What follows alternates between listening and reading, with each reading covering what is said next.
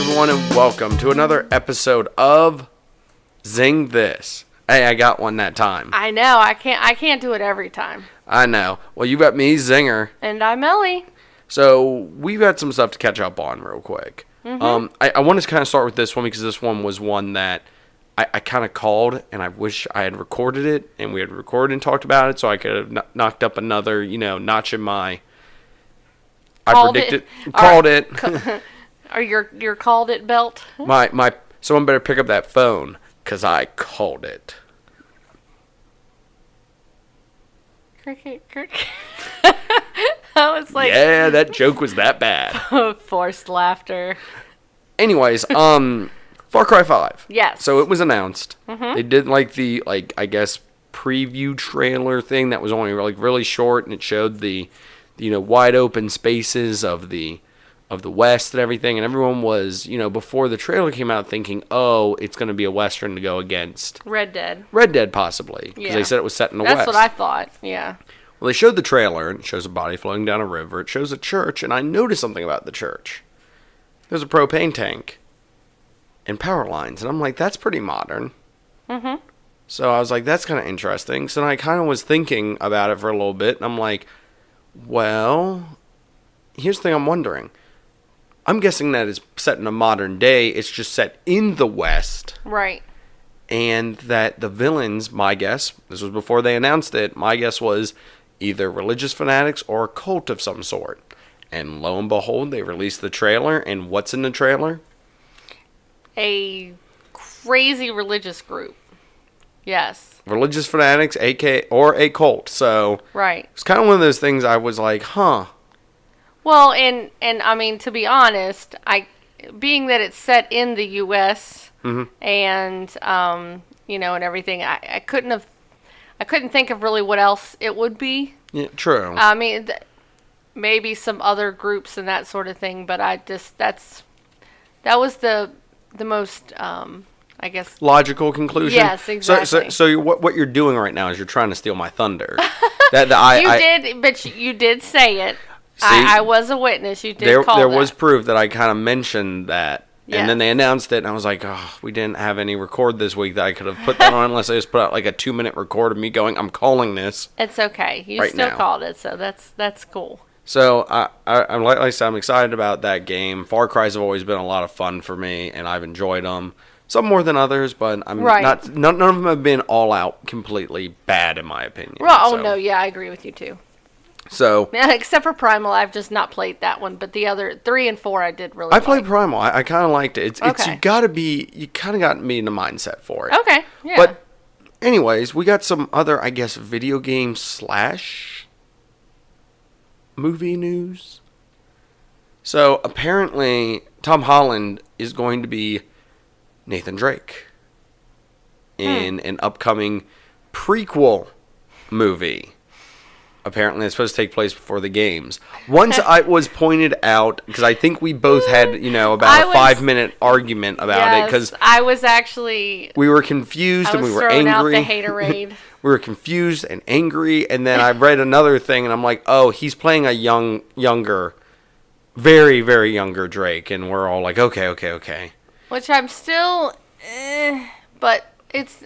I don't know. He's not what I imagine as the young Drake, but well, it's I can see it. I can see it. It doesn't, like I said, I can see where it's coming from. So at least there's that. But on the other hand, if I may play devil's advocate real quick, we've been supposedly getting a Uncharted movie for years. So who's to say that this will get any more off the ground? Right. Like I said, not trying to hope ill on it, but at the same time, we've been told stuff before. Because I think Marky Mark was cast for the longest time as was supposed to be playing Drake in a movie. I can't see that either. Yeah. No. Who knows? But moving on to some stuff some more stuff. Sequels, actually. Mm-hmm. So, Ellie, are you ready to go to the danger zone? Oh, okay, I won't do any more. I don't want to get copyright. I don't even know what you were trying to do with that. What do you mean? Danger zone, Sure. I don't know what part you're trying to do of it right now. But anyways, that's not the point. The point is Top Gun 2 is like a sequel that I mean, want to talk about years later. Why? Tom Cruise is selling right now? Tom Cruise stock is up right now. Buy. I mean, don't get me wrong. Top Gun was an awesome movie, but I'm like, why now? Who knows? I just worry about them playing volleyball and breaking a hip. Well, yeah, because I guess if it's supposed to be that many years later. Apparently, it's not going to be called Top Gun 2, though. Right. Maverick is apparently supposedly supposed to be the title. Right. So maybe idea. I don't know. Do I want to count this as a prediction on something? Whatever. Well, go for it. All right. He is a grizzled old general or something, and has to put up with a ton of hot shots like he used to be. A new Top Gun. Yeah, a ton of hot shots like he used to be. Right. I can see it. So who's going to play the new Top Gun? I don't know. Somebody. Chris Pratt. Why not? He's in everything else. Sure. Or Tom Holland. Why not? We've already talked about him once today. Oh, okay. Okay. More movie news since we're on that topic. New Mutants, apparently, which we did talk about recently on some casting. Mm-hmm. He's supposed to be... Now, if I'm telling you there's going to be a New Mutants movie, what genre do you think that's going to be? Superhero. Okay, well, I mean, so action. Action, yes. Action. All right, yes. Cool. What if I told you it was going to be a horror movie? Interesting. I'm kind of in the same thing. I mean, but at the same time, have we really had a superhero horror movie? Comments I know will probably point out that we have, but it's just kind of, it's a different take on it. Yeah, it definitely is different. So, I mean, if they're trying to make a unique version of the X-Men for us, I mean, of mutants in the X-Men universe, that would definitely be the way to do it. So, definitely interesting. But speaking of comics, we're going to jump to TV real quick, where we've got an announcement. Apparently, Sin City is going to have a TV adaptation, possibly. Apparently, it's in the works, as in they're shopping it around right now, so it's not, land on any channel, but they really are really wanting to do one. So what do you think of that? Well, I think if it's on the right channel, it would do well. I will definitely agree with that. Yeah, it's got to be. It can't be the normal, the ABC, NBC, CBS. It's got to be AMC, maybe? Yeah, well, yeah, whatever. Yeah. Yes, I always forget which one Walking Dead is on. And Preacher.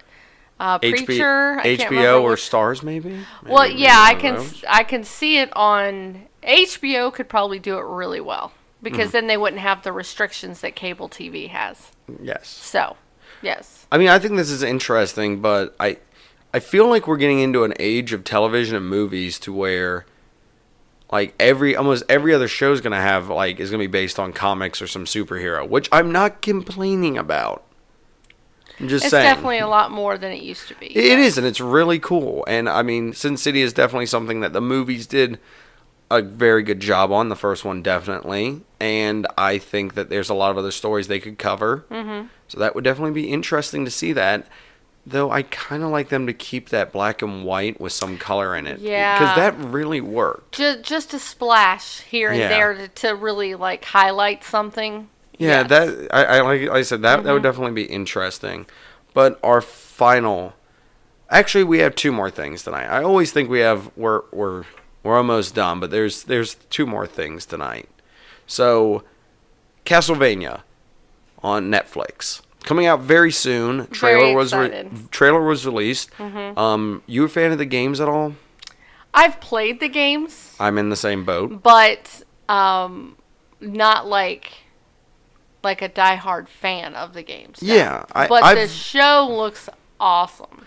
Yes, they released the trailer. It is animated, and I very like the way it looks. Here's what I'm wondering, though, if you would like me to... I've got my conspiracy hat, my tinfoil conspiracy hat on a lot today. So my theory is, what if this is what The Witcher's going to look like? Like, what if The Witcher is going to be another animated show similar to this, possibly? Well, that's why I said it. The Witcher could go either way. Yeah, we did discuss that, but I'm like, Yeah. that would be interesting if they did the same style, because I can see it. But as for the Castlevania side of it, I know of the lore. I've played some of the games, but I'm kind of excited about this, because I'm like, maybe this is a great way to get me into the genre, maybe. Well, possibly. and there's a lot of, like I've told you before for other games, there's a lot of games that I don't want to play, but I would love to watch. Like, just sit down and just have all of the clips. Yeah, You know? you enjoy watching me play the games when the cutscene Yeah. for some games. Yeah, and stuff. so there's certain games that, you know, maybe this will be the same thing for some other people. Maybe Castlevania is the type where you never played much of the games, but it'd be really cool just to see the story and, you know, get immersed in that part of it, so. All right. So before we get into our main topic today, we have a few things to announce. One, next week we will have a Wonder Woman episode. We promise next week's episode will be a Wonder Woman review. We are seeing it. We will talk about it. But you saw a movie recently that I am going to give you 60 seconds. Oh, I don't know if I need To give 60, it- but to yeah, give it I'll try to fill out 60 seconds. Oh, okay. Bold statement. Maybe we should Yeah. cut these down to 30. No, I got it. I'll All do right. it. You ready? I'm up for it. All right. And So I saw Baywatch. I absolutely actually loved it. It was, of course, The Rock, Zac Efron. I'm really sorry, but I can't remember her name. The chick from the Lightning Thief. I'm sure you know who I'm talking about. I know who you're talking about. She's also in San Andreas, too. Yes, yes. Very pretty girl.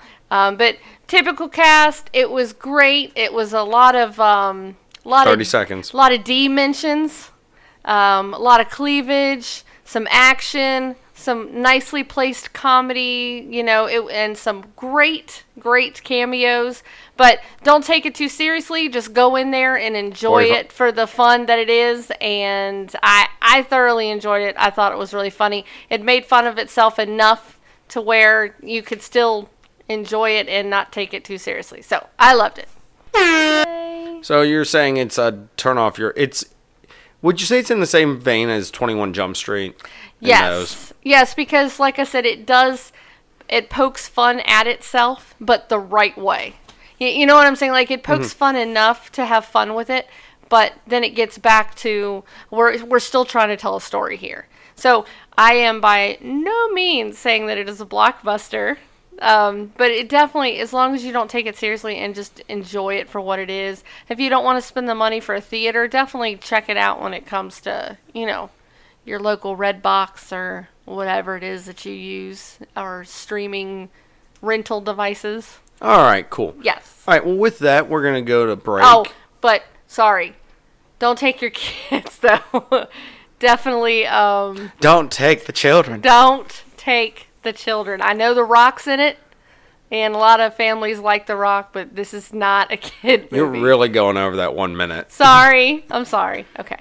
So, don't take your kids. Don't take your Because it kids. obviously earns that R rating. Yes, there are some, yes. All right, with Visual and, and verbal. so yes. All right, with that, we're going to go to a quick break where we will be joined by a guest to discuss The Fifth Element. Yes. Lilu Multipass. Do you like sci-fi, AI, and technology? Do you enjoy going on tangents and down random rabbit holes of a subject? Then join me and my friends each week on Brokebot Mountain as some artificially intelligent people attempt to walk through a maze that explores themes of existence and free thought in sci-fi TV, movies, and books. The conversations are unique and bring an unusual perspective to the genre and can literally go anywhere. And we do mean anywhere. You can find us at blazingcariboustudios.com or look for Brokebot Mountain on iTunes, Stitcher, and Google Play, or anywhere you listen to your favorite podcasts.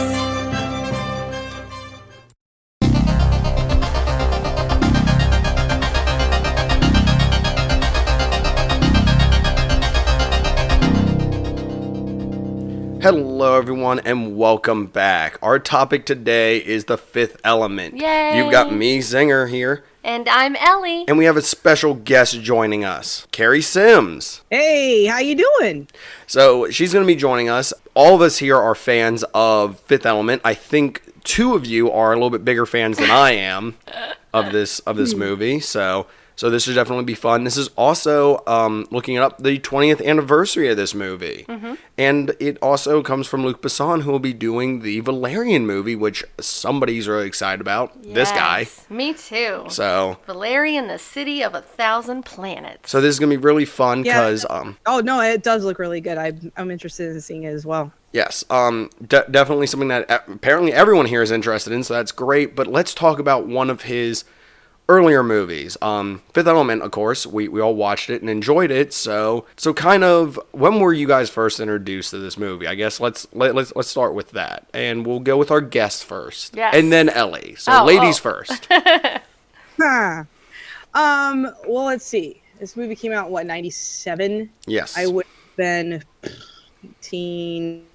Let's see, 93. I was 22 when this came out. So I was just fresh out of the military, and I was dating, and there was this guy who was kind of cute, and I kind of dug him, and he really wanted to go see this movie.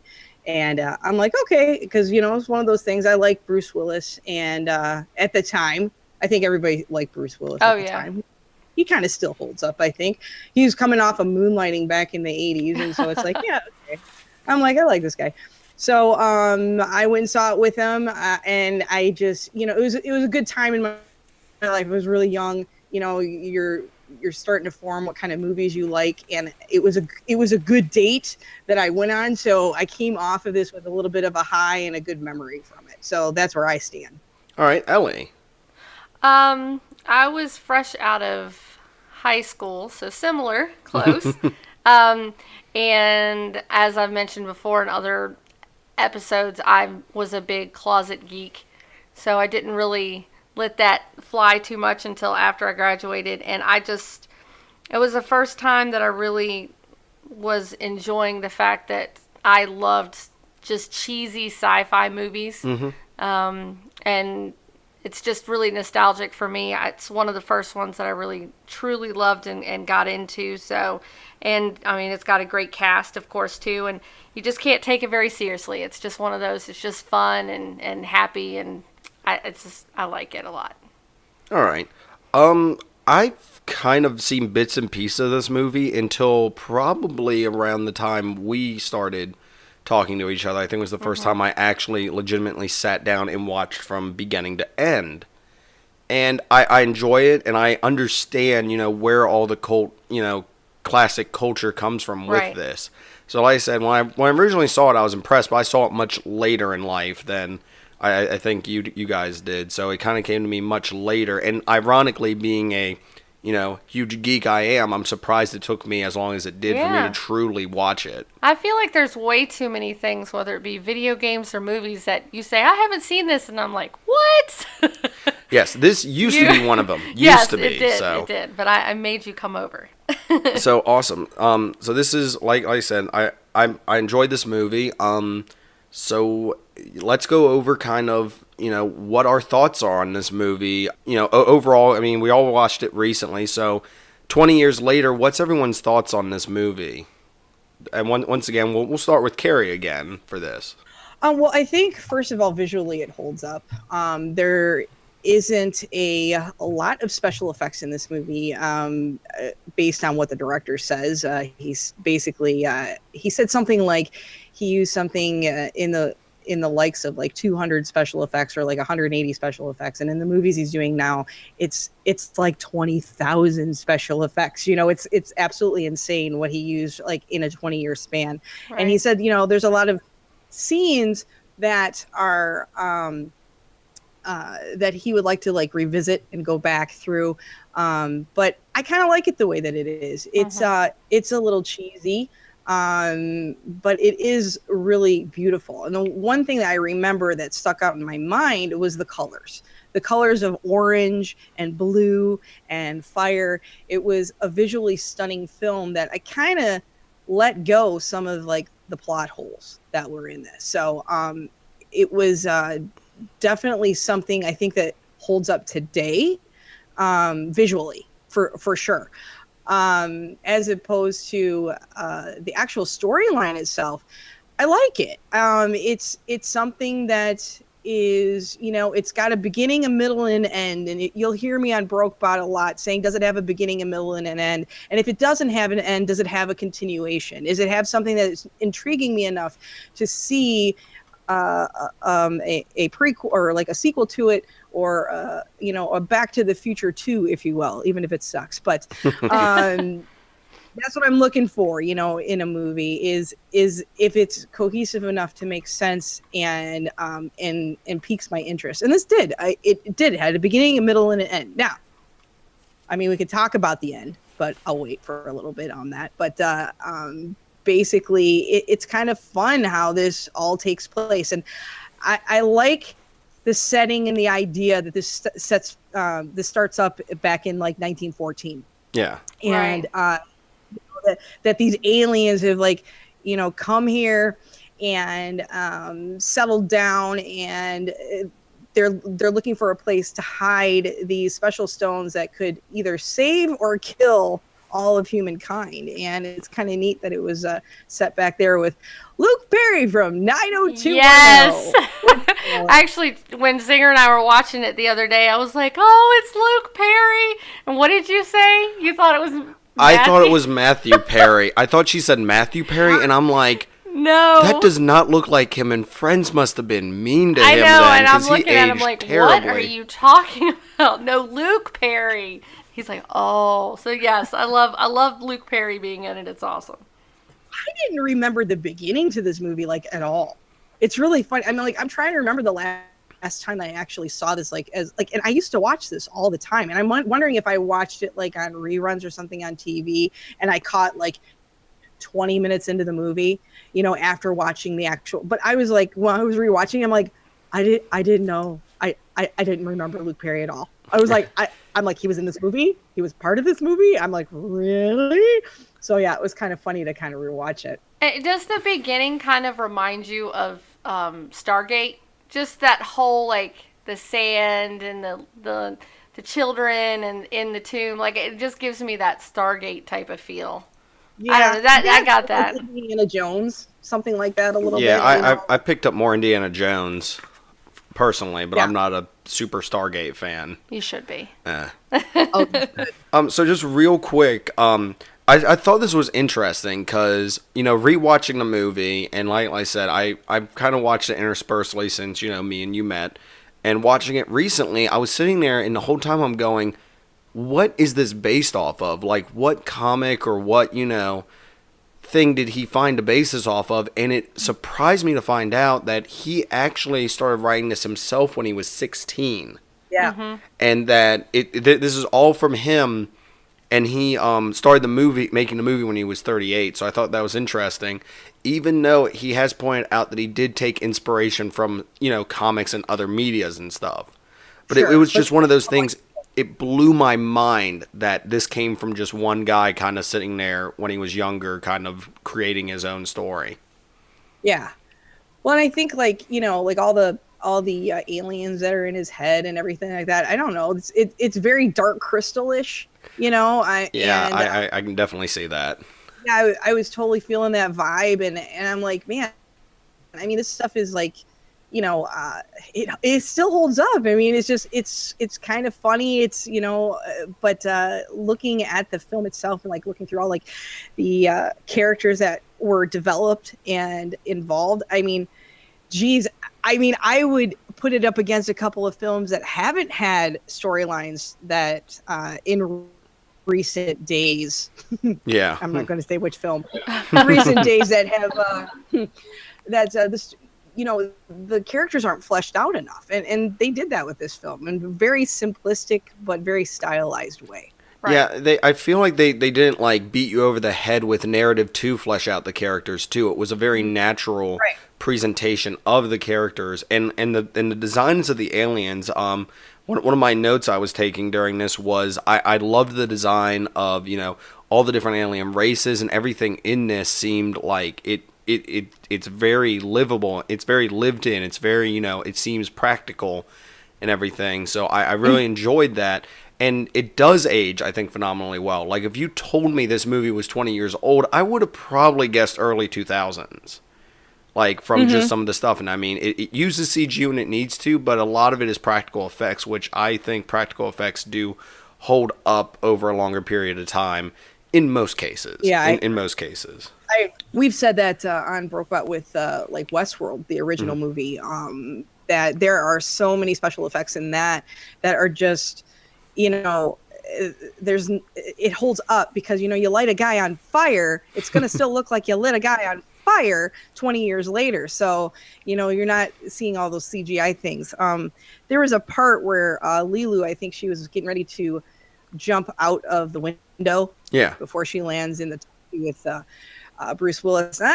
That does seem and felt a little aged, but it did remind me of Metropolis, which is a great movie, and it's one of those scenes where you start to see, you know, aircrafts flying through the air and how well that holds up. So the only issue I had, I think, was that one scene, because you could kind of almost see, like, it kind of felt like a video game a little bit, but I don't know. I kind of let it go. I let a lot of stuff go. Ask Phil. I'm like, ow. All right, so it's fine. He's like, no. So real quick, since we're gonna start discussing, I'm sure Dallas. I kind of wanted to piggyback off of the designs. Oh, okay. Go ahead. And I'm sure a lot of people know, but it's definitely worth mentioning is when you were talking about all the different alien races and all that stuff, the costume designs in this is amazing too. Oh yes, this. Yeah, and I always say his last name wrong. Jean Paul, is it Gaultier or I always say Gaultier? Yeah. But I mean, he actually, you know, I think they said it was like over 1,000 different costume designs that he did himself. Like, he really threw himself into this work, and he's actually the same person that did the famous Madonna coned bra. So it's kind of cool that somebody like that did the costume designs and everything for this movie. All right, awesome. That's definitely really cool, and all the costumes are unique. Though I'm not looking forward especially Ruby Rod. We'll get to him soon. I love him. I will say this. That actually supposed to be played. They had asked Prince, and they had also asked Lenny Kravitz, but because the costumes by Gaultier were a little bit too feminine, they both turned the role down. And I don't know. We were just talking about the fact that Chris Tucker took this, and it's a brave role to take. Oh as a yes. straight male. And I dig it. I mean, a lot of people don't like. Now, like, as an actor, like, if we come down to it's like, oh, like, how much you love Chris Tucker? I mean, I don't, but in this film, I do. Like, he played the exact character that needed to be played. He needed to have that over the top. I don't know if you guys have ever watched Black Mirror at all, but the second episode there's this this whole, like, game show type of a contest, like, that you can go in and the character or one of the people on the show, it helps them survive. They go to the, like, next level kind of a thing. Oh, okay. And it's very similar to this character where, you know, I was almost like watching it and there was like, hi, it's live, it's Ruby Live, you know, and they're doing it, and it's very similar to Black Mirror. So I was like, wow, I'm like 20 years later, they're even kind of referencing some of the things that were being used in The Fifth Element. So it's pretty darn cool. That is cool. All right. So real quick, Bruce Willis's character. Who's on board with him having hair?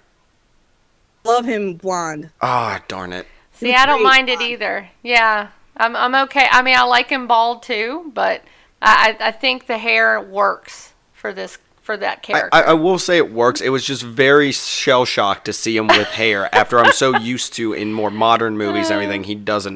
he's gone bald. So Definitely haven't seen Moonlighting yet then, because I mean, back in the day he had like a mane. I think it was even like it was like a mullet mane kind of a thing. So yeah, he had hair, and I like him blonde. I think it works really good for the film. Yeah. You've got kind of like the blues and the reds and the blonde, and it worked really well. You've got your prime colors there. So Got that's your color part of the palette. visual Yep. well, I guess maybe I'm just heartbroken because his hairline's almost like mine, and if my hairline keeps receding and I have to go bald, I'll just be a guy with a goatee and a bald head doing a podcast, which has been established. That's a thing. Well, see what you have to look forward to. Yeah, you're pretty for TV. It's Pretty fine. for the radio. Got it. So another character that I think we need to mention real quick, since we've talked about all the heroes of this, let's talk about Gary Oldman. Oh yes, Zorg. Who in all honesty, he, in my opinion, I think he should get a Lifetime Achievement Award for his ability to just go into a role. And if you showed me this and then showed me Batman and said, oh yeah, by the way, same guy, I don't know if I would have believed you. I don't know. Right. He's just such a good job at just going into a role. Even though he hated his performance for this Really? movie. Yeah. Yeah, he hates it. Yeah. Yeah. He's just like, it's, if you want to watch it, go for it, but he's just not a big fan of it at all. Yeah. Yeah. I He picked an interesting accent to go with this. It's almost like Texas, I guess you could say, almost kind of like a southern accent, really. The character himself, the costume is kind of out there, but he does exactly what Gary Oldman does in movies. He just kind of takes the role and makes it his own, and that's part of the fun in this. Right. It's a good character, it's a good role, and he plays it really, really well. He does play it well. I love him. So I know this is something I should have mentioned earlier, but this is supposed to be billed as an sci-fi action movie. I kind of got more of a comedy feel at times from it. That has a lot of really good comedy elements to it. Did anyone else get that when they were watching it? Well, I put it in the classification of cheesy sci-fi. I mean, it is. I mean, Starship Troopers. It's the same thing. It's an action sci-fi, but it's got tons of comedy in it. So that's kind of what I would classify it as. There's lots of Michael Bay-like blow-ups scenes, and I think that's probably where they get the action. There's lots of movement in this film. Right from the get-go, you've got this big alien ship coming in, and then she's jumping off of stuff, and she's running from the law, and all these things are just happening. It's like there's lots of movement, and then obviously the big scene, like with running away from everything. I mean, it's just like blowing this stuff up, blowing that up. So I can see where they consider it action. I think it's similar to like a lot of films like this. They like to throw humor in, a lot of like the Marvel comics, where they are action movies. But what they'll do is they'll have like a snicker, or they'll say something like, she's stripping naked or something. And they just turn around and they're like, would you like a cup of tea? Like just to add like a sense of humor to the film, as opposed to, just making it all right out action. Because I've said it before and I'll say it again. Your brain needs someplace to rest in an action film. And the best way to do that is with a quick, 2-second sense of humor, and then just move right back on. And your brain can go, okay, I can, like, my adrenaline can calm down for a minute. I don't need to take my, my nitrin or nitrous or whatever the heck that is for like heart pills. I'll be fine. I can make it through the rest of the movie. Awesome. Ellie, I think you have some stuff that you wanted to mention. Oh, I do?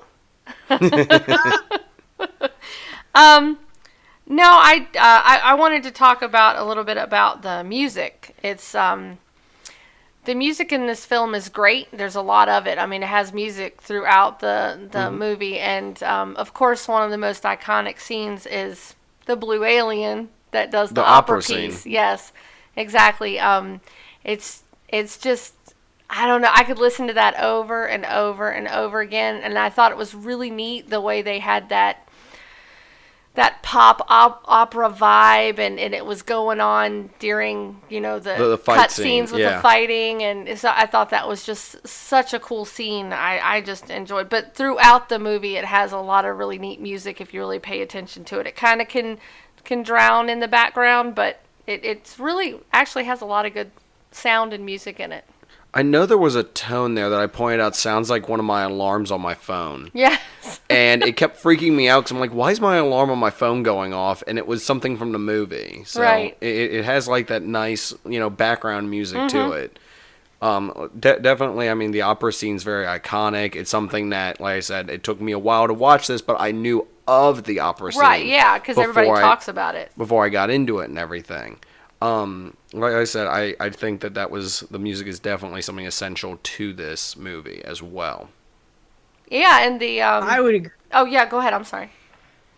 No, I was just gonna say, I love talking about music in film because I think it really does change the tempo of a film. And if you've got a decent soundtrack that matches the film, it really does take it to a different level.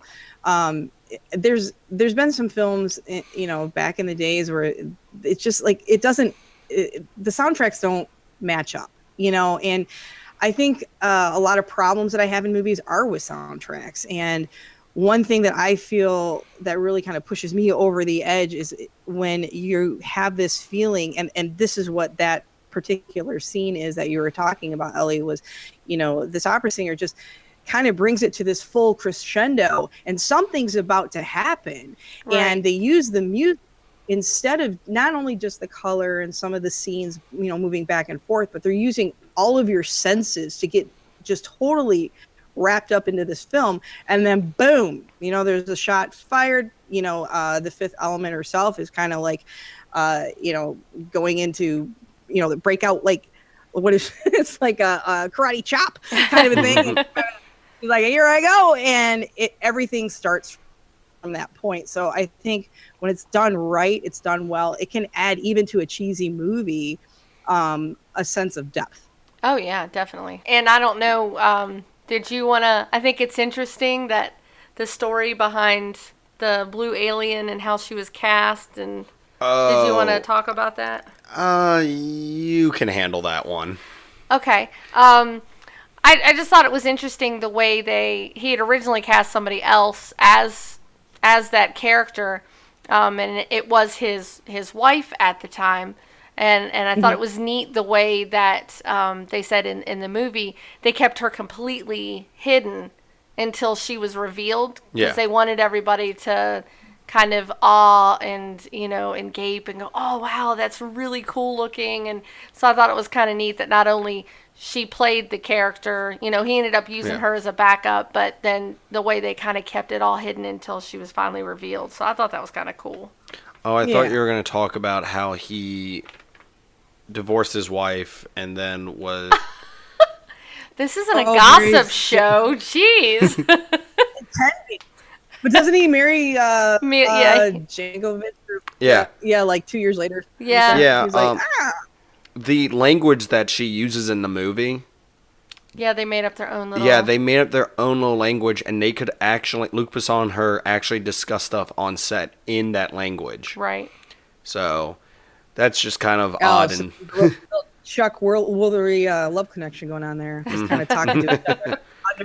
Under the radar, it's kind of like speaking Russian in front of somebody. Like, nobody knows what you're saying. Right. Yeah. And I made this up, so I can say whatever the heck I want. So it's all good. All right, well, I guess we're at the part now, since we've kind of been discussing different parts of the movie. We've gotten to Chris Tucker's character, which we kind of mentioned earlier, but I think that he kind of came into this... Green, super green. And stole the show. Yes, he was awesome. Out of nowhere. And I mean, we discussed it earlier. I think that Chris Tucker did an amazing job in this. Mm-hmm. He just stole this every scene he was in after he was introduced, I feel. Which he did give a good kind of balancing act to a lot of the action going on to his comedic response to it. Yes. Now, he would, of course, take that and go on to utilize that in the Rush Hour movies, but that's a discussion for a different day. Yes, that's another day. I just, all I have to see is an image of Chris Tucker in this character, and it just makes me giggle. It just makes me happy. Yeah, I loved him. I mean, he definitely did a good job in this. Like I was kind of hinting on before, it was you needed an over-the-top character. And what's really funny is we have these characters today. in our, TV and movies and things like that. So this really, it was a stretch back then. It was kind of ostentatious to look at, and you're just kind of like, wow, that's ridiculous. Yeah. And then, I don't know, has anybody ever seen X Factor or anything else? I mean, geez, it's all in there. I mean, you could definitely see, like from The Voice or somewhere like that, just these characters kind of just pop out. So he just played the character well. And I don't know, he kind of came off of, like I said, he came off of Friday, and he kind of did the same kind of a character, but just kind of made it more into a role that I don't think was supposed to be this big, and it did. It made the movie, so it was a lot of fun to watch. So cultural impact that this has had. I mean, Ellie, what you would consider this movie a cult classic instantly, right? Oh yeah. And I mean, it's definitely still relevant. I mean, it gets brought up. It's something that, I mean, with Valerian coming out, this is obviously something that I think that Luc Besson's working on Valerian now, but obviously the story of Valerian and the comics from Valerian obviously influenced him during the making of The Fifth Element. So it's kind of weird how it kind of, I guess sort of what goes around comes around with that. It was just kind of interesting how it kind of, he's there now, but it also inspired him. So I'm just really excited because, this... He inspired himself. Yeah, because the world of Valerian, just from the trailers and everything, I mean, the movie isn't out yet, but it just looks amazing. Well, he has a very niche style. Yes, I mean, you can tell when it's his films. Lucy's another one that he did, and I haven't seen that yet, but Kari, have you seen that one? I know Ellie has. Yeah. Yes, I absolutely have. That's a great film. And that one, with Scarlett Johansson. Yeah, it's a good movie. I'd recommend that one definitely. Yep. Lots of fun. Interesting concept of life itself. Yeah. So yeah, very cool. Well, this kind of deals with. I mean, this movie has themes of life and very strong female leads as well too. I know that I should have mentioned this earlier, but before I watched the movie, and this actually does happen about 9 times out of 10. Whenever we're out somewhere and Ellie gets a pass for something, she will legitimately be like, Lilu Multipass. Yeah, every time we go to a convention or anything, or you have like your lanyard with the, with your 3-day pass, whatever. Yes, I'm always like, Lilu Multipass. And Zinger's like, oh my gosh. I don't know what you're talking about. Like, well, it's just great because like half the time, like I'm getting stuff on, putting my backpack on, and I'll just hear that behind me. For like 5 minutes after we've gotten our passes, it's just her walking around, kind of keep saying that. I'm a dork. You know what you should do? You should cosplay as her one time. Oh, so the it makes bandage sense. one, right? Yes. Yeah, so it makes sense. Oh, right, of course. And I could walk around with the. I could walk around with the chick on. If you could pronounce her whole entire name, then I think you should. Oh yeah, wow. For sure. Her name. Okay, you want to try to attempt to pronounce this real quick? Oh my gosh. Isn't it like Lu Nailakaradi Lamanai Takakabet, something like that? Bless you. Yes. Excuse you. Yeah. You're going to try it, Ellie? She just tried it. I don't have to try it now. Okay, hold on. I got off the hook. All right, I'm going to see if I can do this. See how close I was. We got it pulled up, actually. Yeah, you were pretty close. You were pretty close. Cornelius. We could do that. We could just sit there and say Cornelius for like an hour. I know. Cornelius. All right. I'm going to attempt to do it. Mila Jovovich? Oh, come on. No. What? That one's pretty hard to pronounce, too. You're right, that is. I'm sorry. I know you do this all the time, Kari, on Brokebot, and I should have told you to prepare for this. Is there a Law and Order connection in this movie? Yeah. Oh, okay, you came prepared. No, I don't even have to look. Oh. Luke Perry was in an episode of Law and Order SVU Victim Unit. He played a rapist. Oh. And I can see that. He actually married who he raped, and she didn't know he raped her because he wore a mask, and it was Luke Perry. Luke Perry, the raper. Nice. So yeah, Law and Order connection. There you go. I don't know if there's any other ones, but it's funny because like that's how I think now. Like when I'm watching a movie, I'm like, I saw him in Law and Order. I'm like, oh my god, damn it, get it out of my head. I can't. Well, no, I was That's about really to. I was about to say the father of Vito Cornelius, Ian Holm, as Bilbo Baggins' connection to Lord of the Rings, to another great franchise. But then I remembered, I'm like, you enjoy your Law and Order connections on Brokebot, so I wanted to give you the opportunity to. Do. The only reason I do is because Phil's talking about. That's why I do that. He doesn't watch the show, and I force him to listen to my ramblings on. It's what I like to do with Phil. I force him into things. It's fun. I just enjoyed the fact how you had that like locked and loaded. I thought I was gonna have to wait a I'm second. impressed. That's yes. Yeah, it's crazy. I know. I do this with a lot of movies. Like I was really mad because we went, and I'm like, oh, like I just sat down, and James looks over at me. He's like, what? I'm like, I don't need to look it up. I'm like, there's the chick right there. And he's like, who? And I'm like, it's the daughter of the guy who's the Law and Order guy of all the time. And so it was funny. I told Phil, I said, it's the daughter. Sorry. He was like, no, they can't be related. They have actually had to have had time on the show. You need to find another connection. And I'm like, fine, I'll find another connection. You won't let me have siblings or daughters or sons or whatever? Fine. So it was like, I'll go look. And he's like, yeah, you go do that. I'll talk to you tomorrow. I'm like, found it. He's like, damn it. So I'm like, yeah, yep, don't even try it. So yeah, it's pretty funny. All right, so earlier we talked about some of the designs of the alien races, and there are a few that are in the movie, but there are two that you are more distinctly shown and are more present. And I know Ellie has some stuff on both of them, so let's give her the reins for a minute. Oh, okay. Well, I will take the Mondeshaw ones. All right. Please don't hurt me if I'm saying it wrong. No, that's actually, I'm pretty sure, pretty close to correct. Those ultra fans out there, you can correct me. I love these guys. They're so fun, and they're just like big and like they're doofy kind of. It's really interesting how they're like some of the most advanced things in the universe. And like they can't walk fast enough to get through the thing before they get smushed. Yeah. Yeah, come on, dude. Yeah. I know. But they're super cute. I love them. Like, and they wobble and they don't fall down.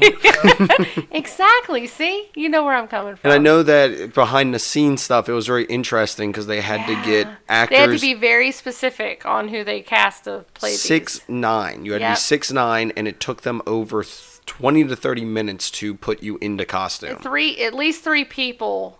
And 3 people helping. Yes. So that's really cool. But I just think they're fun, and then the little spikes, the race things on their shoulders. The more they had, the more decorated of a higher ranking they were. Yeah, so they're lovable and fun and shiny. So I think they're cute because when they first come in, you see like these big like elephant feet, and you don't know what they are. And they come in, you just see this big, like, Horkin thing. And then they got these, like, little tiny cutie patootie heads. And you're like, I know. See? They're adorable. They're so cute. I'm like, I will give you the key. Here's all the elements.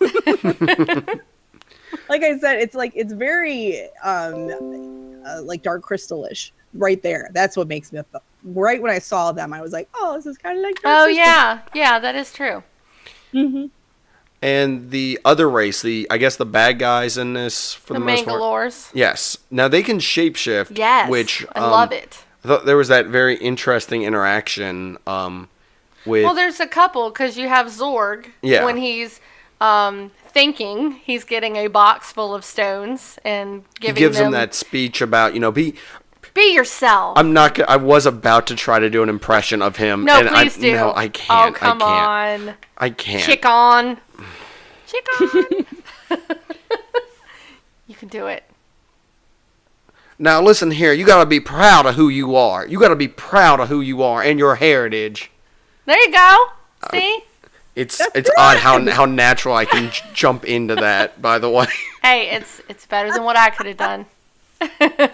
But I thought that was a nice little nod there, and I honestly later on when he is serving the drinks, I did not notice it was the same person for a second. Like I'm like, why does that guy look familiar? Oh yeah. And then when he enters the room, they all point gun. I'm like, oh, that's right. Well, and then they shapeshift when they're trying to get on the boat originally, where the one supermodel that's bald and the and gorgeous lady with no hair. But they were shape-shifting there, too. That was them. Oh, I did enjoy the whole everyone trying to be Corbin Dallas. Yes, that was great. Scene. Like, everybody was trying to get on claiming they were him. And I know we're going to talk about Corbin Dallas in a second, but I just want to give a shout-out to his mom, who was never seen on screen, but can be heard through a phone from a mile away. He's like, ugh, like face plants. He's like, oh no. Like, oh, please, this doesn't even sound like the president. The president's an idiot. He's an idiot. If you want to talk to your mother, just avoid me like usual. Huh?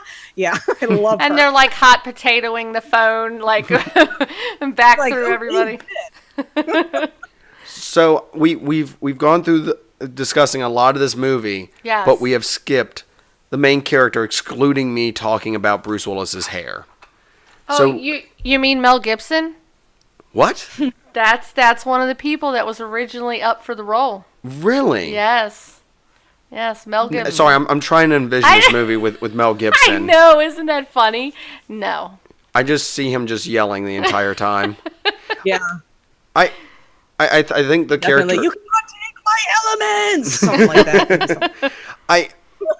I really like Bruce Willis's character in this. It does have diehard elements at times. Yes, he diehards the crap out of this character sometimes.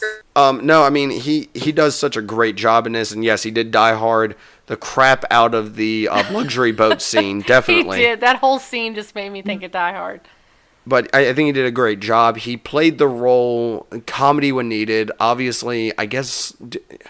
This is weird to say for a male character, but kind of starstruck lover, with him and Lilu. So that was very interesting, and his apartment actually was pretty cool.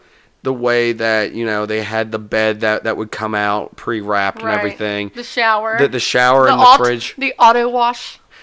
How when the police came by, like I thought that was very interesting world building stuff with that. And didn't the cigarette machine he have say quit smoking and it had the cigarettes in it? Or did I just notice that wrong? Oh, I don't know. I thought the little cigarette machine that he has the cigarettes and says quit smoking. I thought I noticed that. But he has the cat too that rots its brain watching TV. Oh, that cat is so cute. I know. Oh. It is a cute cat.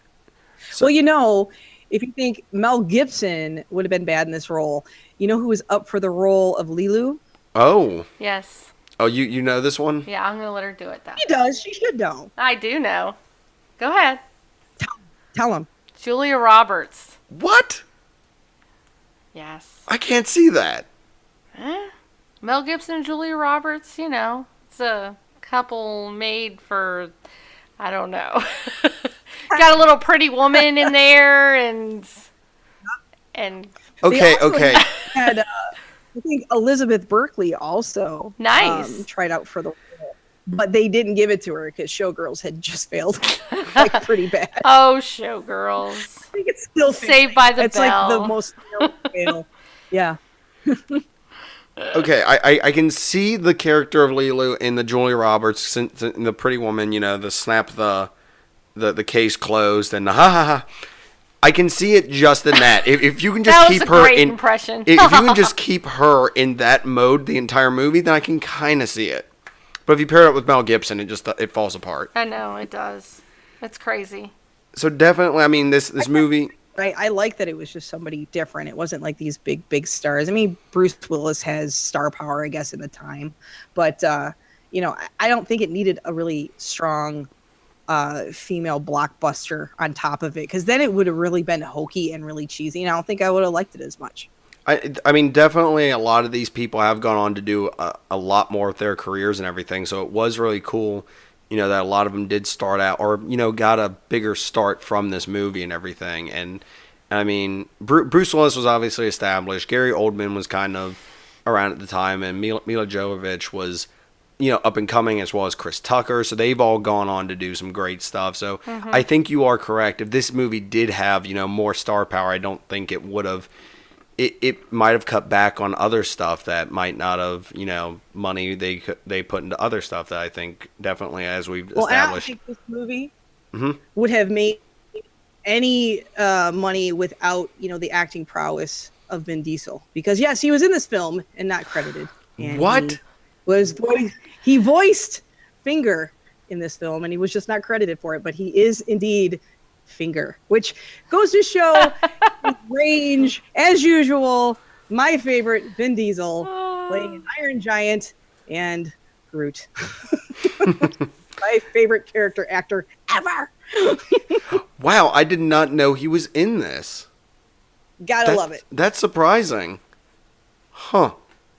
That he was acting then, or... Oh, no, I knew he was acting then, because Saving Private Ryan was right around the corner from this movie, and when it was got made. Finn, if I ever meet you, I just give you a hard time, but come on. One word lines and everything, you get paid millions of dollars. God, it's crazy. Which reminds me, you know how much money this movie made back then? How much? All right, so it was opening weekend, it was like 17 million, and it was like had a budget of something like I don't know, like I think it was like 26 or something million, like, or whatever. But it made over $263 million in 1997. That's insane. That's insane money. So this was a big deal, and it's still kind of a big deal, I would think. I wonder if they're going to re-release it in theaters again, since it's the 20-year. I would go watch it. I know you would. And I know exactly what you'd say when you got your ticket. Multipass. Lilutulis multipass. Chicken. All right, so this has been a great discussion on a movie that obviously, we all have enjoyed, and 20 years later, apparently our kind of opinion is this movie holds up. So that's definitely good. So if you haven't seen Fifth Element, and for some reason you're listening at this point, go out and watch Fifth Element, because we did kind of avoid any spoiler stuff. So for the most part, so definitely go check out the movie if you haven't. And as for checking out stuff, we have Kari Simms on. And Kari, where can people find you and what you do? You can kind of find me over at blazingcariboustudios.com.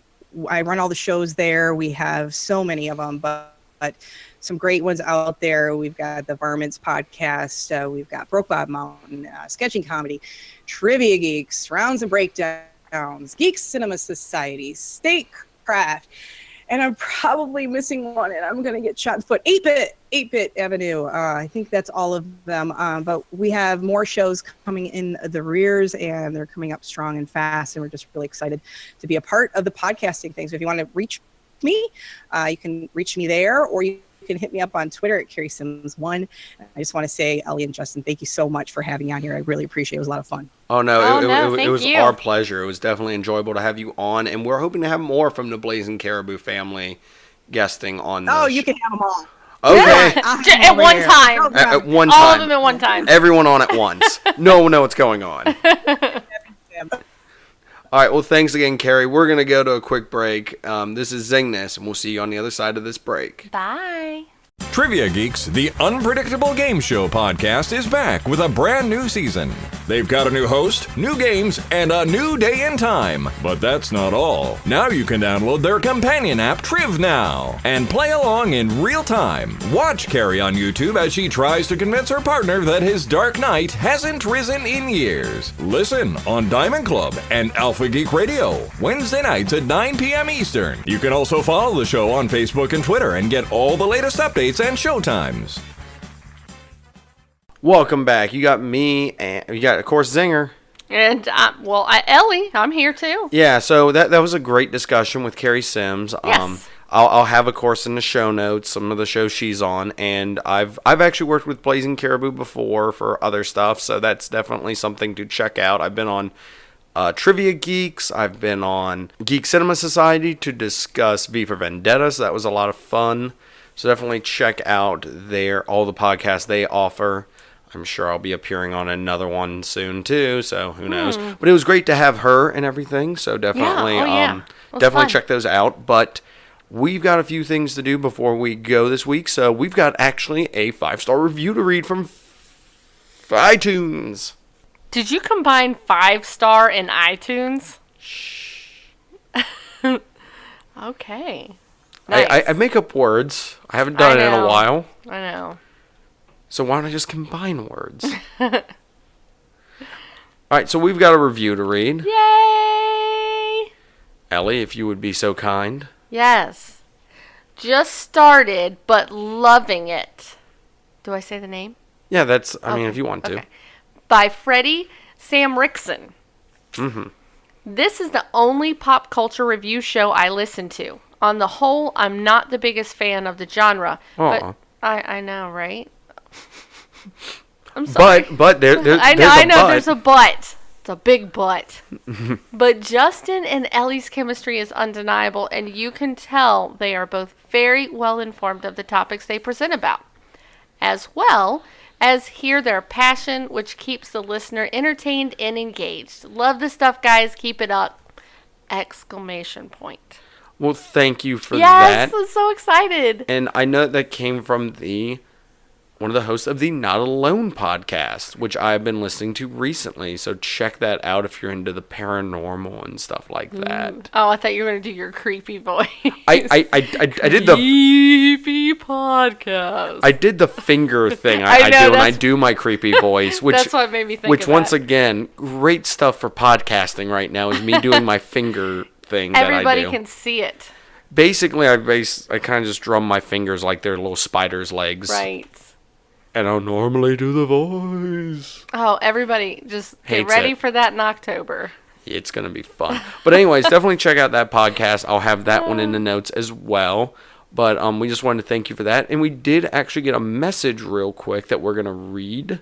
So we had somebody give us a response to our Scott Pilgrim episode. Yes. Which just came out recently, so check that out. Mm-hmm. Ellie, if you would. Awesome episode based on Scott Pilgrim. Convinced me to check the movie out. Ordered from Amazon already. Well, awesome. I mean, it's really great that we were able to, because I know that I believe Russ has let us know that he picked up Fables when we did that, and a lot of other people have let us know from our read this and watch this and stuff we've recommended they've picked up. So that's awesome, and we love when you guys let us know that you're reading or checking out stuff that we've recommended or have reviewed. We know a lot of you have seen the Wonder Woman movie, so we'll be doing that. So if you have any opinions on that, definitely tweet at us and let us know your opinions on that. Thanks for the reviews. Thanks for the messages sent to us. We love reading them. Ellie really enjoys reading them. It makes her like she gets so excited when I tell her we have a new message or a new comment and stuff like that. So I do, yes. Oh, we do have one more though. Oh, we do have one more. Sorry, I almost forgot about our SoundCloud. I hope you guys do a review of the Wonder Woman film. And it has to be spoiler-filled. Sigh. So good and so much to talk about. All right. Well, I did respond to them on our SoundCloud account. And I just wanted to let them know in person, or, I mean, over audio, we're both letting you know that we are doing the review next week. So next week, definitely check that out. We'll have the counter for the spoiler part. Yes, we will have a... I feel like that movie's going to be, we're going to have, a very short, here's a quick rundown, and then the rest of the podcast is going to be spoiler filled. So we'll make sure to notify you of when that is. Yes. But definitely check out Umbrella Academy Volume 1. That is our read this for this month. Yes, it's so good. Please check it out. You'll love it. So for Star Wars, definitely check out Rogue One. That is our Star Wars discussion. That will be out later this month as well. I like that check movie. that out. We will see you guys next week. But if you want to listen to us in the meantime, you can catch up on what we're on all of the backlog podcasts or any new ones on iTunes, SoundCloud, Stitcher, Google Play, and Tuned In. And if it's on iTunes, give us that 5-star review. We will read it, and it will make Ellie's day to read them. And you want to make my day. So you can also find us on Facebook, Zeng This. You can tweet at us on Twitter at Zeng This. You can go to Instagram. We put up little photo montages of what's coming up at Zeng This Podcast. And you can also find us playing some games such as Injustice. You gonna play some more of that? I will definitely be playing some more of that. Are you working on any particular character? Actually, they just released something to where you could get the Wonder Woman armor from the movie, and I got all the pieces, so now my Wonder Woman character looks like the one from the movie. I was pretty excited when I was watching you the other day, and Supergirl, before she gets in her costume and she looks like from the TV show. Yeah, she looks so that was pretty cool to see that. So you can also, if you want to contribute to the podcast, go to patreon.com/Zing This. You can find us on YouTube as well. Just search Zing This. And if you want to email us directly, you can go to zingthis@gmail.com.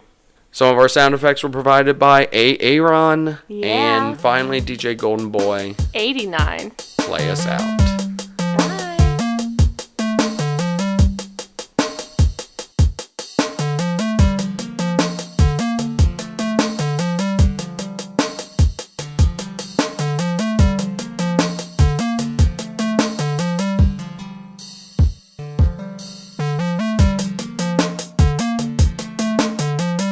You can't see what I'm doing right now. I'm walking like them.